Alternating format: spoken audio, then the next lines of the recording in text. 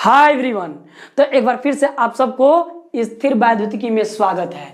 तो ये स्थिर वैद्युतिकी के सेकंड लेक्चर है। इसमें बाबू हम लोग कंसेप्ट बिल्ड करने की कोशिश किए थे। चलिए अब सारे कंसेप्ट का परिभाषा लेकर के हम आ गए हैं। आपके होम स्क्रीन पर खूब अच्छे तरीका से आपको परिभाषा दिख रहा होगा।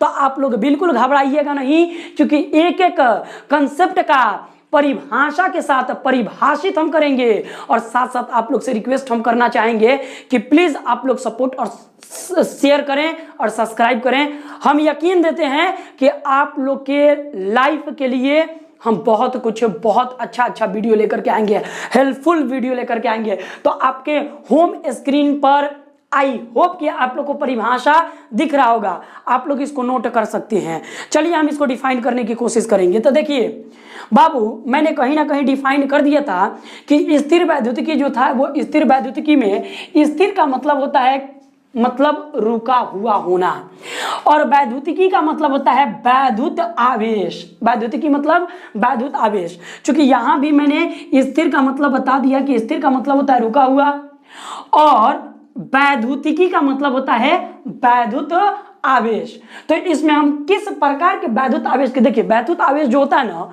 वो दो तरीका के एक्सपेक्टेशन को रखता है। यानी वैद्युत आवेश या तो रुका होगा और नहीं तो वही वैद्युत आवेश आपको मूव करेगा, यानी चलेगा, बहेगा।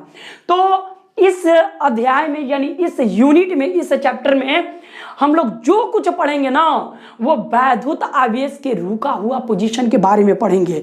यानी आप यूं समझ लीजिए कि आपका जो वैद्युत आवेश क्यू से रिप्रेजेंट किया जाता है, यह वैद्युत आवेश का होगा बाबू, तो एकदम रुका हुआ होगा, स्थिर होगा, स्टेशनरी पोजीशन पर होगा। चलिए हम इसको डिफाइन करने की कोशिश करते हैं। तो देखिए इलेक्ट्रोस्टैटिक्स यानी स्थिर वैद्युतिकी। तो चूंकि स्थिर वैद्युतिकी का डेफिनेशन देखिएगा बाबू, तो भौतिक विज्ञान की वह शाखा जिसके अंतर्गत वैद्युत आवेश को विरामा अवस्था यानी रुकी हुई अवस्था में हम लोग अध्ययन करते हैं, उस शाखा को स्थिर वैद्युतिकी कहते हैं। यानी आप यूं समझ लीजिए कि एक ऐसी शाखा, विज्ञान की एक ऐसी शाखा जिसमें वैद्युत आवेश क्यू को हम रुका हुआ मतलब मानते हैं, रुका होगा तभी जाकर के स्थिर वैद्युतिकी कहेंगे। चूंकि रुका नहीं होगा तो उसको हम स्थिर वैद्युतिकी कभी नहीं कह सकते हैं। आइए बाबू, तो देखिए स्थिर और इतना का वैद्युतिकी। स्थिर का मतलब होता है रुका हुआ और वैद्युतिकी का मतलब होता है आवेश। चूंकि आइए मैंने बताया था कि देखिए वैद्युत आवेश का परिभाषा मैंने बताया था आप लोग को कि आप लोग 10 स्टैंडर्ड में जो रिमेंबर किए हैं एकदम वही परिभाषा हम लिखवाएंगे। तो चूंकि आइए हम पढ़ लेते हैं वैद्युत आवेश का परिभाषा। तो वैद्युत आवेश का मतलब हो जाएगा कि पदार्थ का वह आंतरिक गुण जिसके अंतर्गत वस्तु या तो वैद्युत क्षेत्र उत्पन्न करता है, देख लीजिए, या तो वैद्युत क्षेत्र को अनुभव करता है और नहीं तो चुंबकीय क्षेत्र को अनुभव, चुंबकीय गुणों को या चुंबकीय क्षेत्र को या तो अनुभव करता है नहीं तो अनुभव करने की प्रवृत्ति रखता है। चलिए हम इसको अच्छे तरीके से समझते हैं फिर से। यानी वैद्युत आवेश हमारा मेन टॉपिक था। तो वैद्युत आवेश को हमने परिभाषित कर लिया था। यदि आपके पास कोई भी ऑब्जेक्ट है, यानी इकबाल सर के कपड़ा ले लीजिए, इकबाल सर का ये पेन ले लीजिए, इकबाल सर का मतलब दुनिया आसपास के जिस भी ऑब्जेक्ट को आप देखते हैं वो ऑब्जेक्ट का आंतरिक गुण माना जाता है वैद्युत आवेश को। और चूंकि वैद्युत आवेश को हम रिप्रेजेंट करते हैं या तो स्मॉल क्यू से रिप्रेजेंट कर देंगे और नहीं तो आप कैपिटल क्यू से भी रिप्रेजेंट कर सकते हैं। तो देखिए बाबू, मैंने बताया था कि कोई मान लीजिए कि वैद्युत आवेश है, अगर वैद्युत आवेश वह रुका होगा तो वैद्युत आवेश रुका होगा तो वो क्या करेगा बाबू, अपना कहीं ना कहीं या तो वैद्युत क्षेत्र उत्पन्न करेगा और नहीं तो वैद्युत क्षेत्र उत्पन्न करने की प्रवृत्ति रखेगा। तो मैंने बताया था, हम लोग अच्छे तरीके से पढ़ लिए थे। देखिए यदि Q वैद्युत आवेश, ऑपरेटर साहब, तो हम लोग पढ़े थे बाबू कि वैद्युत आवेश जो होता है यानी रुका होगा तो कहीं ना कहीं उसका अध्ययन हम करेंगे, किसमें, स्थिर वैद्युतिकी में अध्ययन करेंगे। ये तो क्लियर हो गया था क्योंकि वैद्युत आवेश को हम अच्छे तरीके से कन्विंस करने की कोशिश किया था मैंने, यानी वैद्युत आवेश आप इतना समझ लीजिए कि वैद्युत आवेश जो था उसको मैंने बोला था कि वो दो प्रकार की होता है, या तो एक धन आवेश होता है और नहीं तो एक आपका क्या होता है, ऋण आवेश होता है। इसका प्रकार अभी हम पढ़ेंगे, इसको देख लीजिए बाबू, आप लोग अच्छे तरीके से नोट कर लीजिए, हम आगे चलेंगे। तो वैद्युत आवेश के बहुत सारे कंसेप्ट मैं देखूंगा ऑपरेटर साहब। तो बाबू इसके पहले वाले वीडियो में मैंने कोशिश किया था आप लोगों को बताने के लिए कि धन आवेश क्या होता है और ऋण आवेश क्या होता है। चलिए आइए एक बार हम फिर से थोड़ा सा कोशिश करेंगे इसको समझने के लिए। वैद्युत आवेश जो होता है उसको हम परिभाषित मैंने कर दिया कि किसी भी कोई भी ऑब्जेक्ट का आंतरिक गुण माना जाता है। आप इतना समझ लीजिए कि वैद्युत आवेश जो होता है किसी भी ऑब्जेक्ट का आंतरिक गुण माना जाता है, या तो वो वैद्युत क्षेत्र उत्पन्न करता है, नहीं तो वैद्युत क्षेत्र उत्पन्न करने की प्रवृत्ति रखता है। यानी आप यूं समझ लीजिए कि वैद्युत आवेश को आप डिफाइन कीजिएगा तो वैद्युत आवेश क्या करेगा, जहां भी वैद्युत आवेश मान लीजिए कि प्लस एक प्रकार का वैद्युत आवेश है, माइनस एक प्रकार का वैद्युत आवेश है, तो वैद्युत आवेश जहां भी होगा वो क्या करेगा, वो या तो वैद्युत क्षेत्र या तो वैद्युत क्षेत्र वैद्युत क्षेत्र वैद्युत क्षेत्र वैद्युत क्षेत्र वैद्युत क्षेत्र उत्पन्न करेगा और नहीं तो वैद्युत क्षेत्र उत्पन्न करने की प्रवृत्ति रखेगा। मैंने बताया था कि कहीं भी वैद्युत आवेश होगा बाबू, तो आप इतना समझ लीजिए कि वैद्युत आवेश कहीं भी होगा तो या तो वैद्युत क्षेत्र का अनुभव करेगा और नहीं तो वैद्युत क्षेत्र अनुभव करने की प्रवृत्ति रखेगा। आप इतना समझ लीजिए, मैंने बताया था कि एक ऑब्जेक्ट उत्पन्न यानी वैद्युत आवेश को जब उत्पन्न करना था बाबू, तो मैंने कहीं ना कहीं आप लोग को यह बताया था कि यदि एक सिस्टम या एक वस्तु इलेक्ट्रॉन को कहीं ना कहीं त्यागता है, इलेक्ट्रॉन को कहीं ना कहीं लॉस करता है, तो वह वस्तु धन आवेशित हो जाता है, और जिस वस्तु में इलेक्ट्रॉन का ग्रहण होता है वो ऋण आवेशित हो जाता है। आइए हम एग्जांपल के द्वारा फिर से समझते हैं। तो ऑपरेटर साहब, तो स्थिर का मतलब मैंने क्या बताया था, रुका हुआ, और वैद्युतिकी का मतलब मैंने क्या बताया था बाबू, आवेश। यानी वैद्युत आवेश अगर रुका होगा तो हम बोल देंगे क्या, स्थिर वैद्युतिकी। आइए मैंने बताया था क्या प्रीवियस लेक्चर में बाबू कि मान लीजिए कि एक सिस्टम है आपके पास, ये न्यूट्रल बॉडी है और यही न्यूट्रल बॉडी, ये अगर न्यूट्रल बॉडी है यानी उदासीन वस्तुएं हैं, तो मैंने बताया था कि जितना इस पर प्लस होगा उतना माइनस होगा, जितना प्लस होगा उतना माइनस होगा, जितना प्लस होगा उतना माइनस होगा, जितना प्लस होगा उतना माइनस होगा। तो यदि ये बॉडी हम ए मान लेते हैं, इस बॉडी को मैंने बी माना था, इस बॉडी में से मान लीजिए कि एक इलेक्ट्रॉन का मतलब दूसरे बॉडी में क्या हो गया, ये भी उदासीन वस्तु था, तो जितना प्लस था उतना माइनस था, जितना प्लस था उतना माइनस था, जितना प्लस था उतना माइनस था, जितना प्लस था उतना माइनस था। ऑपरेटर साहब, तो बाबू आप लोग को बताया गया था कि उदासीन वस्तुएं जो थी, उस उदासीन वस्तु में जितना प्लस था उतना क्या था, माइनस था। मान लीजिए कि एक वस्तु आपका ए जो है उसमें से इलेक्ट्रॉन निकल रहा है, इलेक्ट्रॉन निकल रहा है। मान लीजिए कि इसमें से एक इलेक्ट्रॉन निकल गया और एक इलेक्ट्रॉन, दो इलेक्ट्रॉन निकल गया। मान लीजिए कि इसमें से दो इलेक्ट्रॉन निकल गया, तो इसमें दो इलेक्ट्रॉन निकल गया और इसमें दो इलेक्ट्रॉन की अधिकता हो गई, मान लीजिए। तो मैंने बताया था कि बाबू अगर जो वस्तु इलेक्ट्रॉन को त्यागेगा उस वस्तु में प्लस का अधिकता हो जाएगा, यानी प्रोटॉन की अधिकता हो जाएगा। अतः जिसमें प्रोटॉन की अधिकता हो जाएगा वह धन आवेशित वस्तु हो जाएगी, और जिसमें इलेक्ट्रॉन की अधिकता हो जाएगा वो ऋण आवेशित वस्तु हो जाएगी। फिर से मान लीजिए बाबू कि हम एक वस्तु को दूसरे वस्तु से क्या करते हैं, रब करते हैं, यानी फ्रिक्शन करते हैं, रगड़ते हैं। तो जब रगड़ते हैं ना, तो एक वस्तु अपने इलेक्ट्रॉन को क्या करता है, डोनेट करता है, यानी इलेक्ट्रॉन को खोता है। मान लीजिए कि इसमें से दो इलेक्ट्रॉन इस वस्तु में स्थानांतरित हो गया, तो चूंकि इसमें से दो इलेक्ट्रॉन निकल गया तो इलेक्ट्रॉन की कमी होगी और प्रोटॉन की अधिकता हो जाएगी। चूंकि प्रोटॉन की जितनी अधिकता होगी उतना यह वस्तु धन आवेशित हो जाएगा, और इस वस्तु में जितना इलेक्ट्रॉन की अधिकता हो जाएगी उतना यह ऋण आवेशित हो जाएगा। तो इसमें देखिए दोनों में यानी प्लस और माइनस में कौन ज्यादा है, तो प्लस ज्यादा है, तो प्लस ज्यादा है तो यानी धन ज्यादा है, तो इसलिए हम कह सकते हैं यह वस्तु को धन आवेशित वस्तु, धन धनावेशित वस्तु। और चूंकि इसको हम बोल देंगे ऋणावेशित वस्तु हम बोल सकते हैं। आई होप कि आप लोग को समझ आ चुका होगा। तो इससे पूरा का पूरा क्लियर हो गया बाबू कि वैद्युत आवेश जो हमारा होता है, वैद्युत आवेश जो होता है वो दो प्रकार के होता है। एक तो धनावेश होता है, एक तो धनावेश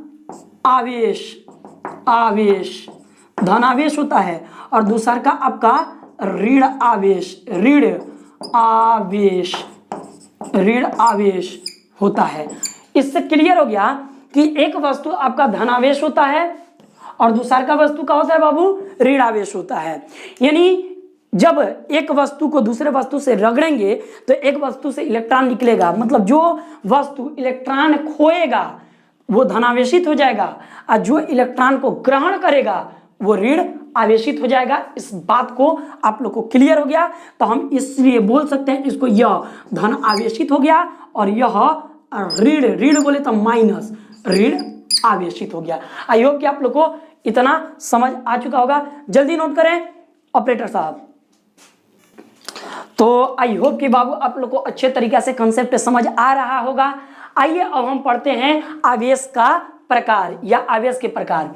तो चूंकि मैंने आप लोग को बता दिया था कि यदि एक वस्तु को दूसरे वस्तु से रगड़ा जाता है तो एक वस्तु से इलेक्ट्रॉन का स्थानांतरण दूसरे वस्तु में हो जाता है। चूंकि जिस वस्तु से इलेक्ट्रॉन का त्याग होता है उस वस्तु पर इलेक्ट्रॉन की कमी हो जाती है और प्रोटॉन की अधिकता हो जाती है, अतः वह वस्तु धन आवेशित वस्तु कहलाता है, नहीं तो धन आवेशित कण कहलाता है।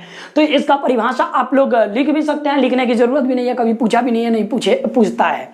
सुनिए, तो बाबू मैंने बताया था कि आवेश का प्रकार यानी वैद्युत आवेश जो होते हैं उस वैद्युत आवेश के दो प्रकार होते हैं, एक धन आवेश होते हैं और दूसरा का आपका ऋण आवेश होता है। धन आवेश का मतलब हो जाएगा बेटा, इसको हम रिप्रेजेंट करते हैं प्लस के क्यू से, और ऋण आवेश को हम रिप्रेजेंट करते हैं माइनस के क्यू से। चलिए हम इसके बारे में थोड़ा सा हम चेक करेंगे। थोड़ा सा धन आवेश एक बार फिर से आप इस एग्जाम्पल को बार बार समझ सकते हैं। मान लीजिए कि एक वस्तु है और दूसर की वस्तु है। यह वस्तु को मैंने ए माना और दूसर की वस्तु को मैंने क्या माना बाबू, बी माना। तो यदि धन आवेशित वस्तु और ऋण आवेशित वस्तु को आप परिभाषित करने की कोशिश कीजिएगा तो इस प्रकार से कर सकते हैं। एक ही को एग्जाम्पल मैं बार बार दे रहा हूं आप लोगों को, तो ये एग्जाम्पल इसलिए दिया जा रहा है कि आपका कंसेप्ट अच्छे तरीके से बिल्ड हो। क्योंकि देखिए वैद्युत आवेश मैंने बोला था कि बेटा बड़ी बारीकी तौर से हम इसका जो कंसेप्ट है बिल्ड करेंगे। मैंने ये भी बताया था कि आवेश जो होता है बाबू, वैद्युत आवेश जो होता है या धन आवेश हो या ऋण आवेश हो, ये वस्तु का आंतरिक गुण माना जाता है। ये आवेश कोई वस्तु नहीं है बल्कि वस्तु का एक आंतरिक गुण है, गुण माना जाता है। जैसे आइए हम देखते हैं, मान लीजिए कि आपके पास एक उदासीन वस्तु है, ये उदासीन वस्तु है और ये भी उदासीन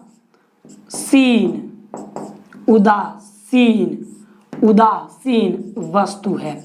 तो बाबू उदासीन वस्तु में जितना प्लस होता है उतना माइनस होता है, जितना प्लस होता है माइनस होता है, जितना प्लस होता है उतना माइनस होता है, जितना प्लस उतना माइनस, जितना प्लस उतना माइनस, जितना प्लस उतना माइनस, जितना प्लस उतना माइनस। ये हम लोग जानते हैं। क्योंकि यहाँ भी क्या होगा, जितना प्लस होगा उतना माइनस होगा, जितना प्लस होगा माइनस होगा, प्लस होगा माइनस होगा, प्लस होगा माइनस होगा, प्लस होगा माइनस होगा, प्लस होगा माइनस होगा, प्लस होगा माइनस होगा।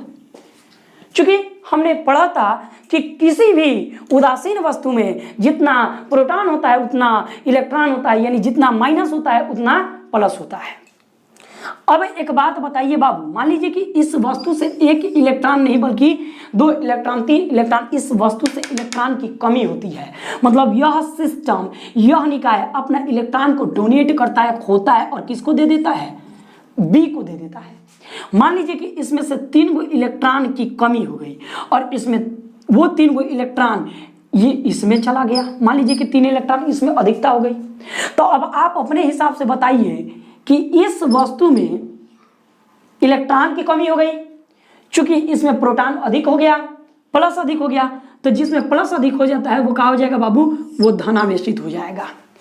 और जो जिसमें माइनस अधिक हो जाता है वो वस्तु कभी भी क्या हो जाएगी बाबू, तो ऋण ऋणावेशित हो जाएगा, ऋणावेशित हो जाएगा। यह कंसेप्ट समझ आया कि नहीं? क्योंकि आई होप कि आप लोगों को समझ आ गया होगा। तो इस वस्तु को हम बोल सकते हैं कि प्लस के क्यू, और इस वस्तु को हम बोल सकते हैं माइनस के क्यू। इस प्रकार आपको दो आराम से हम लोग परिभाषा के अकॉर्डिंग निकाल लिए, मतलब ये कंसेप्ट के अकॉर्डिंग दो कंसेप्ट और हमारा बिल्ड हो गया कि जो जिसमें इलेक्ट्रॉन की कमी होगी उस पर वो धनावेशित हो जाएगा, और जो वस्तु इलेक्ट्रॉन की अधिकता होगी, जिस वस्तु में इलेक्ट्रॉन की अधिकता होगी उस पर क्या हो जाएगा? ऋणावेशित हो जाएगा। क्योंकि इस प्रकार हमारा दो कंसेप्ट और क्लियर हो गया। चलिए अब आवेश का, यही आवेश का उत्पन्न भी था। तो ऑपरेटर साहब, आई होप कि बाबू आप लोग को सारा कंसेप्ट अच्छे तरीका से बिल्ड हो पा रहा होगा। क्योंकि अब आइए एक देखिए, आपके होम स्क्रीन पर कुछ लिखा है, इसको पहले भी मैंने बता दिया है और एक बार फिर से इसको रिकवर करेंगे, एक बार और इसको हम बताएंगे। जब आवेश को, किसी वस्तु को आवेशित किया जाता है तो उसके तीन गो तरीके हैं। एक तो घर्षण विधि द्वारा, और दूसरा का प्रेरण विधि द्वारा, तीसरा का चालन विधि द्वारा। तो जब आपको घर्षण विधि हम पढ़ाएंगे कि किसी वस्तु को या किसी निकाय को यदि आवेशित करना है तो घर्षण विधि द्वारा आवेशित हम करेंगे, तो वहां पर वैद्युत आवेश का उत्पन्न हम अच्छे तरीके से फिर से इसको पढ़ाएंगे। आप इतना समझ लीजिए कि आवेशन करना एक टॉपिक आएगा आपका 12th स्टैंडर्ड के अंदर, कुछ ही लेक्चर के अंदर आएगा, 1-2 लेक्चर के बाद आएगा। तो उसमें यह आएगा कि आवेशन करना, किसी बॉडी का आवेशन करना है। क्योंकि यदि किसी बॉडी को बाबू आपको आवेशन करना है तो उसके लिए तीन गो प्रक्रिया है। प्रक्रिया नंबर आपका फर्स्ट आता है कि घर्षण विधि द्वारा हम किसी भी वस्तु को आवेशन कर सकते हैं, यानी आवेशित कर सकते हैं। दूसरा का आपका तरीका आता है कि चालन विधि द्वारा हम किसी वस्तु को आवेशन कर सकते हैं। तीसरा का आपका विधि आ जाएगा कि हम प्रेरण विधि द्वारा किसी वस्तु को आवेशन कर सकते हैं या आवेशित कर सकते हैं। क्योंकि आइए हम इसको एक बार फिर से देख लेते हैं। मान लीजिए वही चीज वह है, एक वस्तु आपके पास है, यह उदासीन वस्तु है, उदासीन वस्तु है। चलिए बाबू, अब यहां से कंसेप्ट आपका बिल्ड हो जाता है। वही चीज याद कीजिए, लड़कवा और लड़की वाला चीज मैंने बताया था कि लड़का और लड़की के बीच में कभी भी आकर्षण बल कार्य करता है, और चूंकि लड़का लड़का के बीच प्रतिकर्षण कार्य करता है। कैसे करता है थोड़ा सा देखिएगा। मान लीजिए कि एक ऑब्जेक्ट है, उदासीन है, और ये भी बाबू आपके पास ऑब्जेक्ट है, ये भी उदासीन ऑब्जेक्ट है, ये भी उदासीन वस्तु है, ये भी आपका उदासीन वस्तु है। क्योंकि उदासीन वस्तु में मैंने बताया था जितना प्लस होगा उतना माइनस आपके पास होगा, जितना प्लस होगा उतना माइनस होगा, जितना प्लस होगा उतना माइनस होगा, जितना प्लस होगा उतना माइनस होगा, जितना प्लस होगा उतना माइनस होगा, जितना प्लस होगा उतना माइनस होगा, जितना प्लस होगा उतना माइनस होगा, ये मैंने बताया था। क्योंकि यहाँ भी मान लीजिए कि एक और वस्तु है और यह भी उदासीन है, तो जितना प्लस होगा उतना माइनस होगा, जितना प्लस होगा उतना माइनस होगा, जितना प्लस होगा उतना माइनस होगा, जितना प्लस होगा उतना माइनस होगा, जितना प्लस होगा उतना माइनस होगा, जितना प्लस होगा उतना माइनस होगा। अब कहिएगा कि इकबाल सर एक ही टॉपिक को बार बार बोल रहे हैं। मैंने बताया था बेटा कि आप लोग को कोई भी कंसेप्ट हम पढ़ाएंगे तो अच्छे तरीका से एनालिसिस करके पढ़ेंगे, और उसमें कंसेप्ट आपको फील होना चाहिए, एनर्जी होना चाहिए। और साथ साथ देखिए, जानते हैं कोई भी कंसेप्ट जब आप अच्छे तरीके से फील करते हैं ना, तो उसमें स्किल अपने आप डेवलप होते चला जाता है। तो अब आइए हम इसमें क्या कर रहे हैं। मान लीजिए कि यह ए एक वस्तु है और बी एक वस्तु है, और दोनों वस्तुओं को रगड़ देते हैं, खूब बढ़िया तरीका से रगड़ देते हैं। जब रगड़िएगा ना बाबू, तो ये क्या करेगा, इलेक्ट्रॉन को इसमें खोवेगा, इसमें ट्रांसफर करेगा, बोले तो स्थानांतरित करेगा। मान लीजिए कि इसमें से चार गो इलेक्ट्रॉन स्थानांतरित हो गया, इसमें 4 गो इलेक्ट्रॉन बढ़ गया, 4 गो इलेक्ट्रॉन इसमें से स्थानांतरित हो गया। मान लीजिए, मान के चलते, अरे मान के तो सब चीज हो जाता है, इसमें मान के बड़ी ब्याह कराएंगे, याद रखिएगा। लड़का लड़की में बड़ी ब्याह होगा ना हो, क्योंकि फिजिक्स किसके साथ पढ़ रहे हैं, इकबाल सर के साथ, समझिएगा।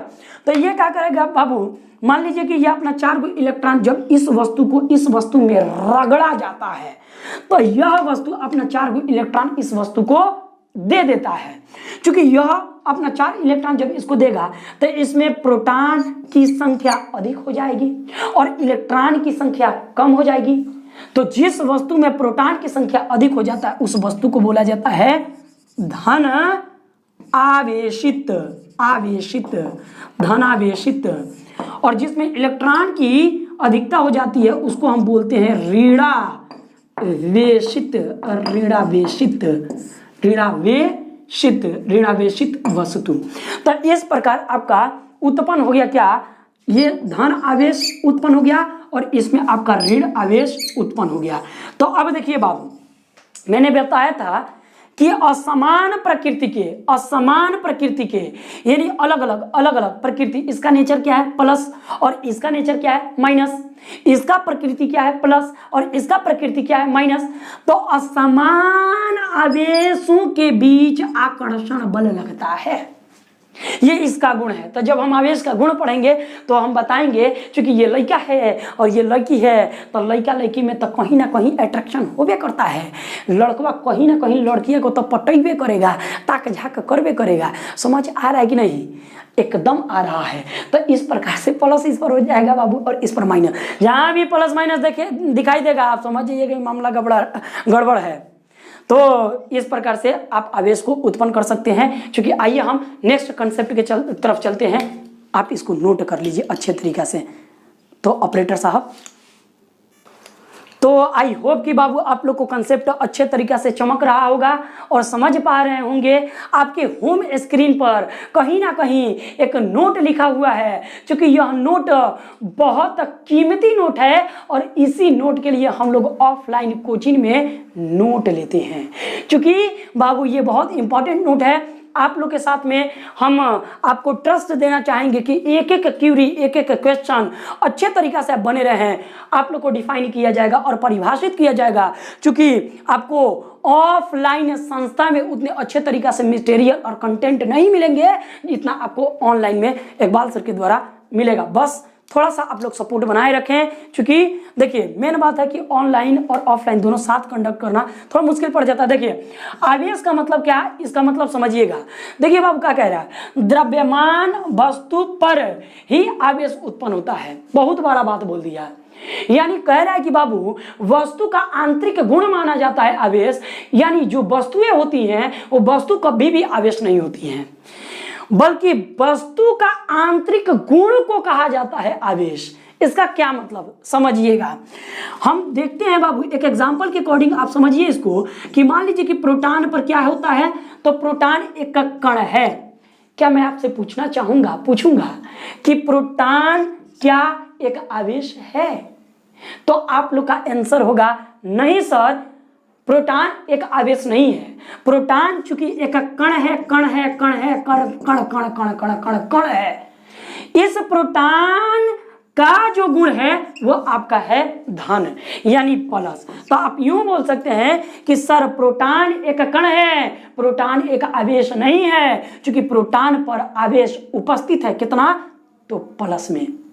यदि ऐसा ही बाबू एक और एग्जाम्पल आपसे पूछा जाएगा कि क्या इलेक्ट्रॉन जो है, इलेक्ट्रॉन एक आवेश है, तो आपका क्वेश्चन होगा, आपका आंसर होगा कि नहीं सर इलेक्ट्रॉन एक आवेश नहीं है, बल्कि इलेक्ट्रॉन एक कण है। इलेक्ट्रॉन का आंतरिक गुण है माइनस, तो ये माइनसवा को हम बोलेंगे क्या, कि यह आपका आवेश है।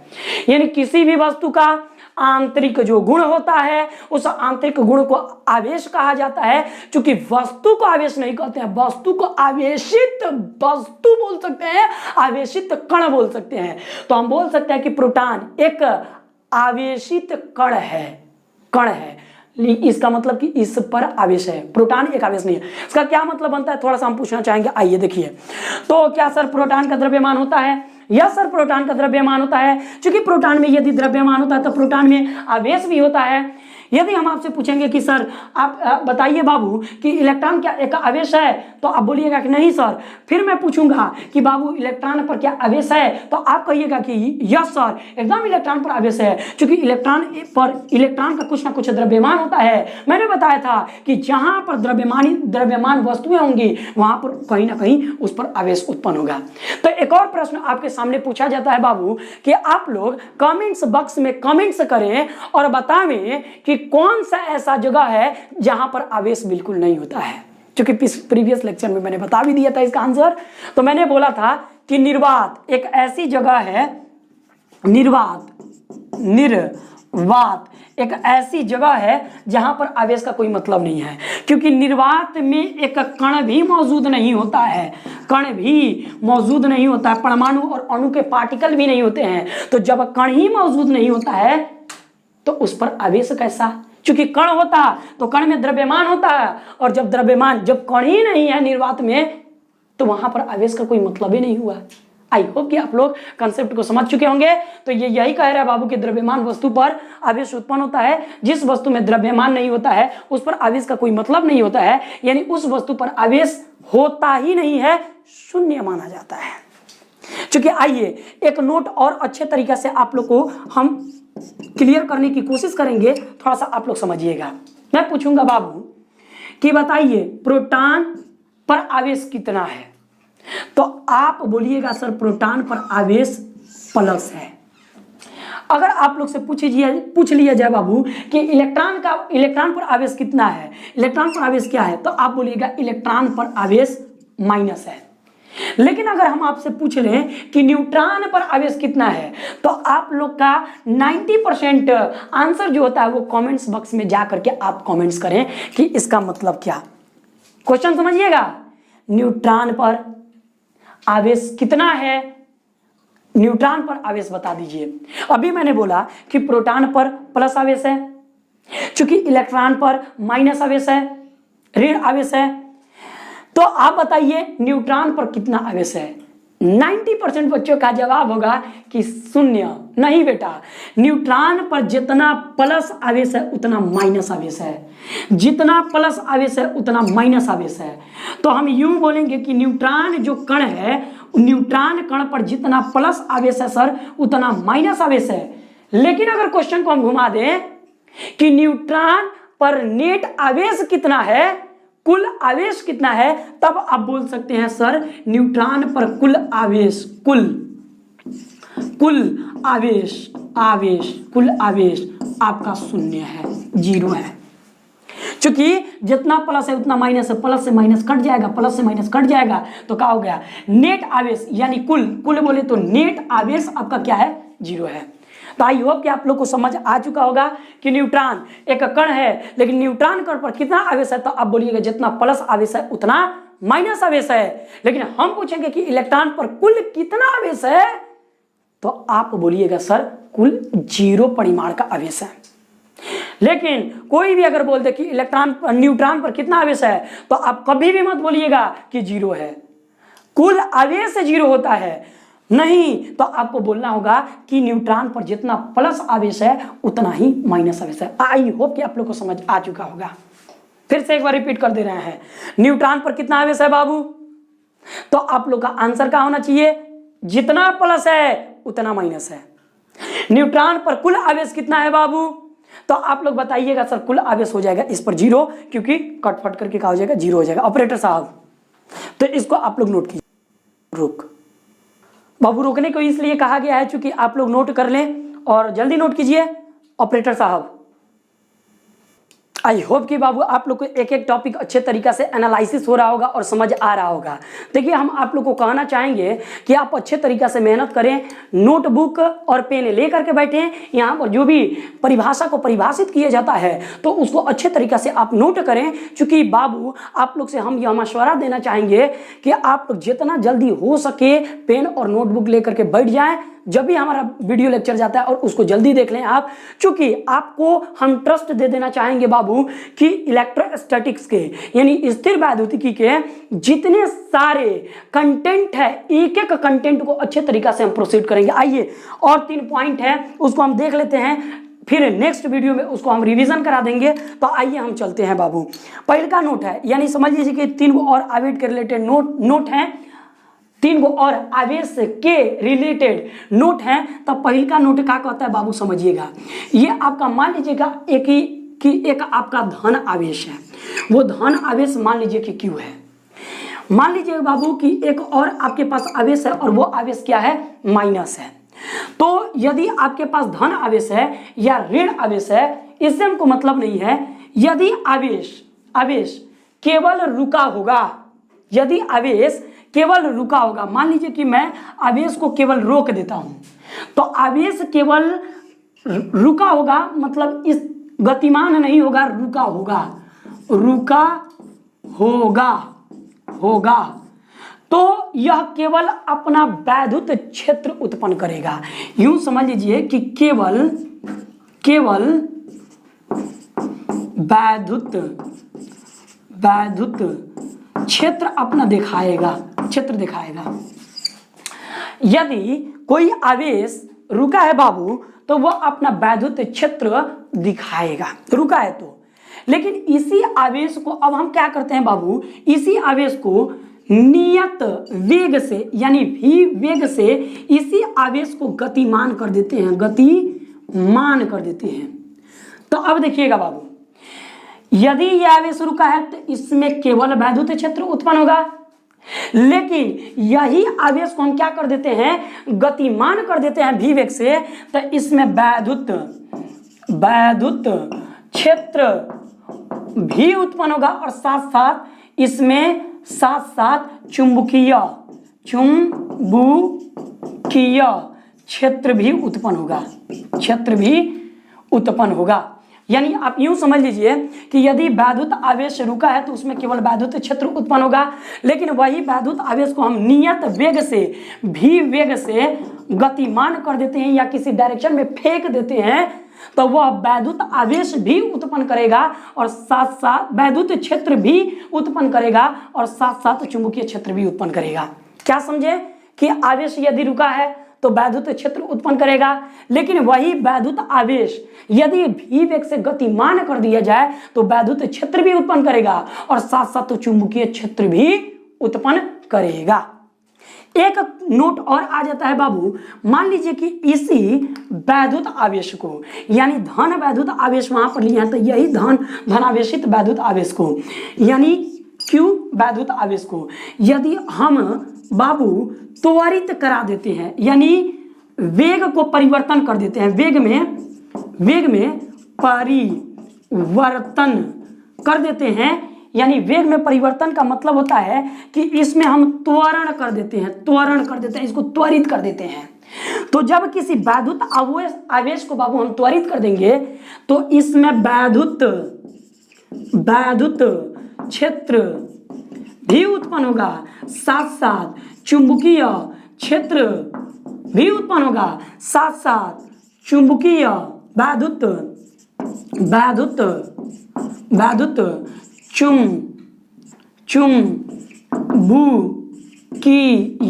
चुंबकीय तरंग भी उत्पन्न होगा। ले दे करके आप समझ लीजिए कि यदि एक आवेश रुका हुआ है तो वो सिर्फ और सिर्फ वैद्युत क्षेत्र उत्पन्न करेगा, लेकिन उसी वैद्युत आवेश को यदि हम v वेग से गतिमान कर देते हैं या फेंक देते हैं, नियत वेग से फेंक देते हैं तो उसमें वैद्युत क्षेत्र भी उत्पन्न हो जाएगा और साथ साथ चुंबकीय क्षेत्र भी उत्पन्न होगा। लेकिन यदि हम उसी वैद्युत आवेश को त्वरित कर देते हैं, वेग में परिवर्तन करा देते हैं, मतलब त्वरण के साथ में फेंक देते हैं, उसमें त्वरण आ जाता है, गतिमान करने के बाद उसमें त्वरण आ जाता है, तो त्वरित वैद्युत आवेश के पास साथ साथ क्या होगा, वो वैद्युत क्षेत्र भी उत्पन्न करेगा, साथ साथ चुंबकीय क्षेत्र भी उत्पन्न करेगा और वैद्युत चुंबकीय तरंग भी वह वैद्युत आवेश उत्पन्न करेगा। यह इंपॉर्टेंट पॉइंट है, इसको नोट कर लेंगे।